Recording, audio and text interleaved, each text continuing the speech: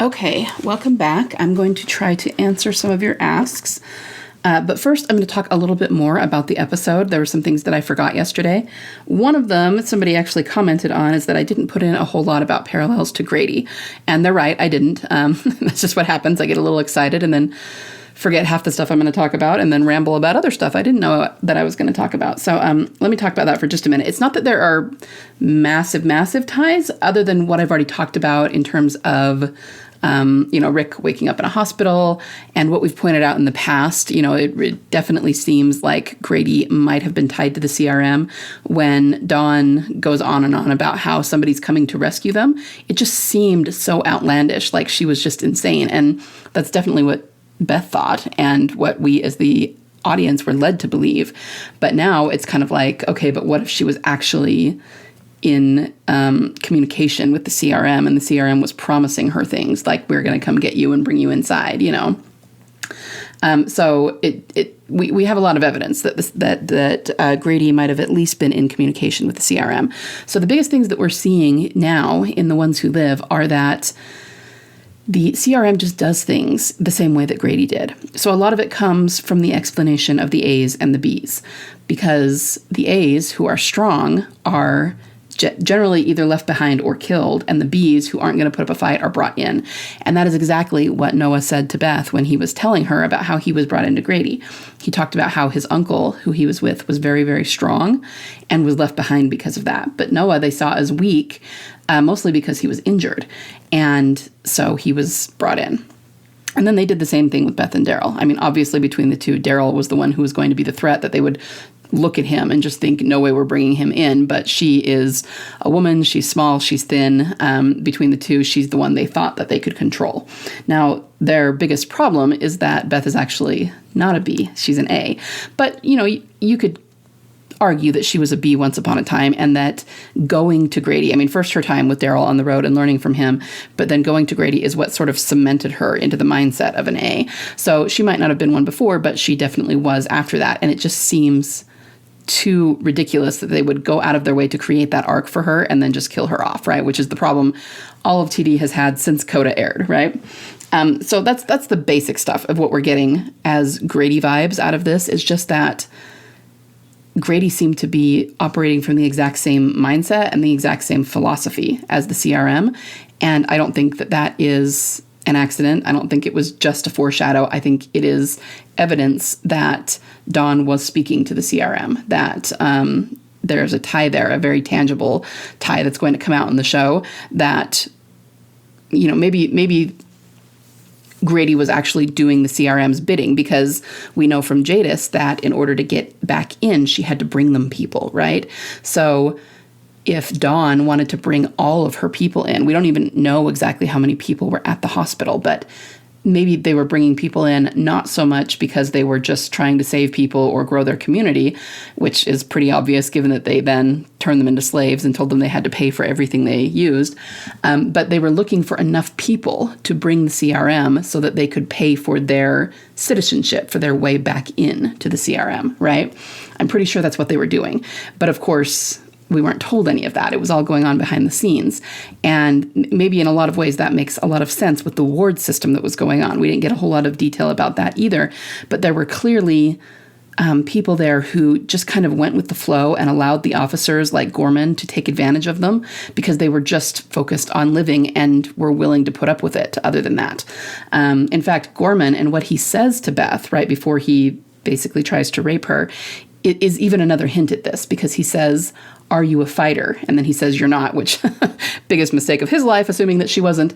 But clearly Joan was, and she did fight back and she did run and she was rebellious, and they didn't like that. And so they were hoping that Beth was more easygoing, more like some of the other wards, more like even Edwards was putting up with stuff, right? And not putting up a fight and not being rebellious. But anyway, the fact that Gorman even says that, it shows the mentality that they're going for, and it is the CRM mentality. It is their philosophy of things. So they're looking for people who aren't fighters to bring in so that they can get into the CRM and pay for their citizenship. And things just went really wrong there because Beth fought back, and then you had Daryl and Carol showing up to try and rescue her and all the things that happened, right? So we're just getting a lot of really strong Grady vibes. And I think eventually it's going to come out that that Grady was tied very obviously to the CRM. Okay, so let's get into a few of these asks. This one was kind of interesting. You asked what we've been talking about. And like I said, I've been really not paying very much attention because I've been very busy lately. So I have not been keeping up on the news very much other than what my fellow theorists tell me. But in the last couple of days, we did start discussing, some of the spoilers that came out, some of the leaked scenes and what it meant. And one thing that we talked about a lot that I think, especially now that we have the explanations for the A's and the B's and kind of goes with what I was just saying about Grady being tied to the CRM, that you guys ought to maybe take into account and maybe go rewatch some episodes, is both Terminus and Grady. Okay, so if we head on back to season 4 and season 5, we first saw Terminus at the end of season 4, and then the beginning of season 5, they broke out of it. And I, like many people, thought that they really went through that arc way too quickly. I mean, Terminus was a well-established community, and it just felt like there was so much buildup to it that we should have seen more of it before they were just kind of done with it. We did get a little bit more because, Gareth and people showed up in season 5 and they ate Bob's leg, and, there was a little bit more of a fight with them, but we didn't really go back to Terminus, right? Terminus is also a place for railroad tracks, and the railroad was such a huge symbol, especially in season 4, and it continues to be. We saw it in season 5 and 509 in Tyrese's death hallucination, and I think it represents Beth's journey in a lot of ways. So it just seemed odd that they went through it so quickly. And even though we had Gareth showing up, they still dispensed with them as villains really pretty quickly.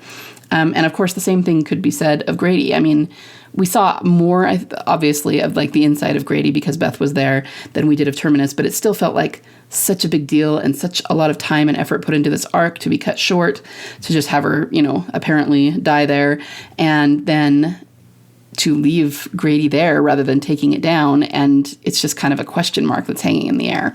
And everybody, even people who do not believe Beth is alive, still wonder what happened to Grady, as we can tell from that question Nicotero got a year or two ago, and that he kind of stumbled over, saying he thought the Grady people were dead. And it was it was just kind of a, way to be smooth there, kind of a thing. So anyway, my point is that people have known or pointed out a long time ago that there were actually defunct cop cars at Terminus, which suggests a tie between Terminus and Grady.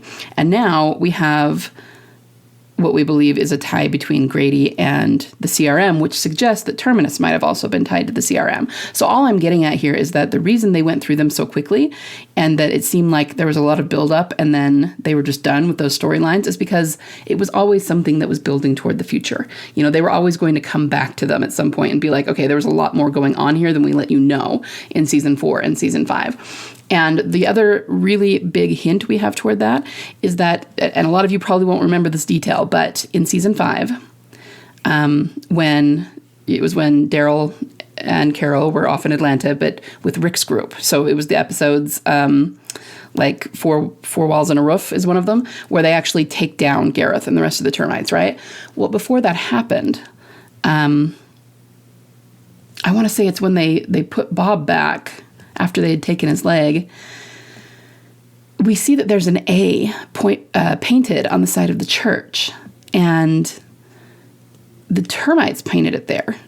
Supposedly, Gareth did, but that is an awfully big coincidence for him to randomly paint an A there when that's such a big part of the CRM. So again, if you look at it from a realistic perspective, I don't think that there's any way that these two communities, and by that I mean Terminus and Grady, could have not known about each other.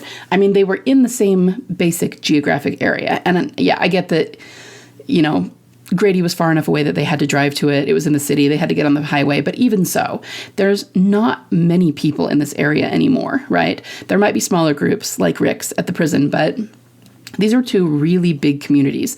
And Grady was sending people out, the cops in their cop cars, to search far and wide for people.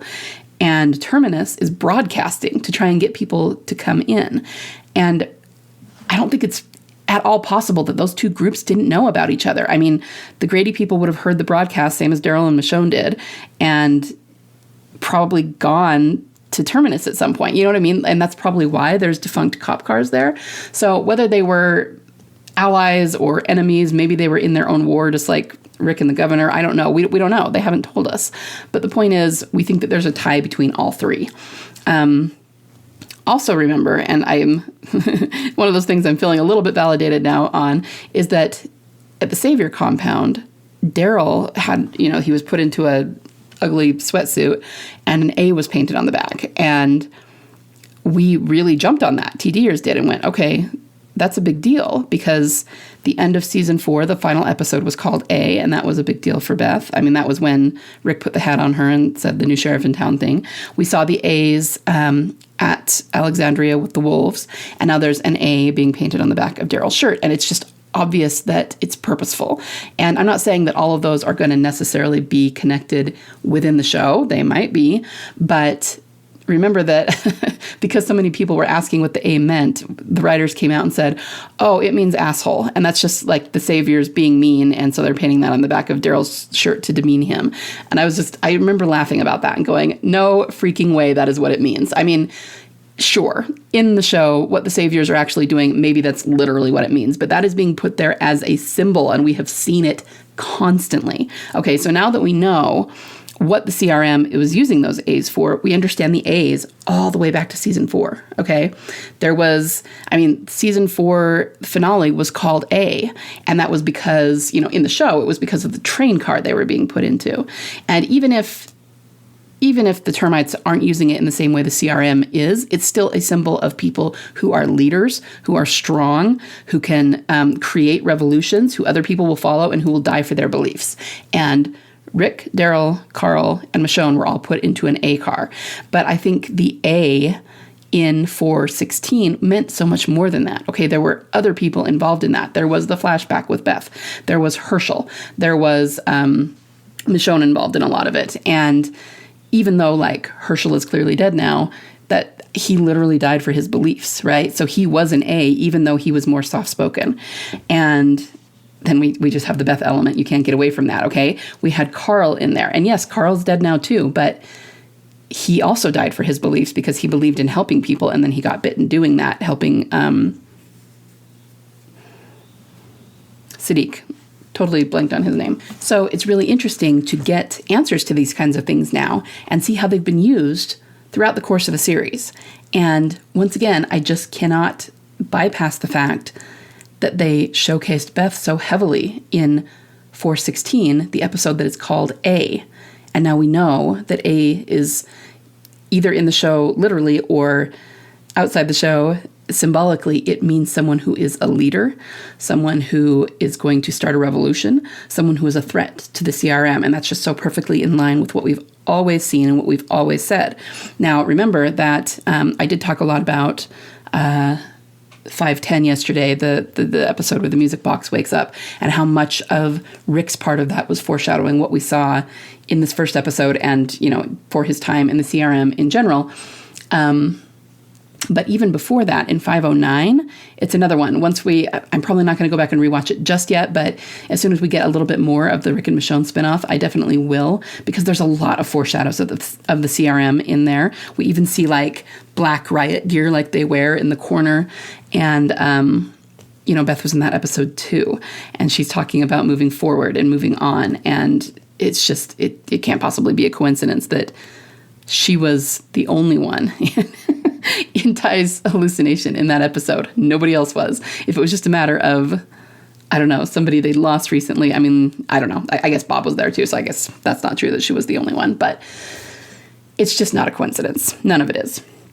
So that's kind of what I wanted to talk about on that, and that's kind of what me and my fellow theorists have been discussing the last few days, is just the A's and the B's and how we're finally getting some solid explanation for it, and it just makes total sense and makes us think more than ever that we are on the cusp of finally seeing Beth's return. So I'm going to stop there for today since I'm at about 15 minutes, but I will be back with more tomorrow. See you guys.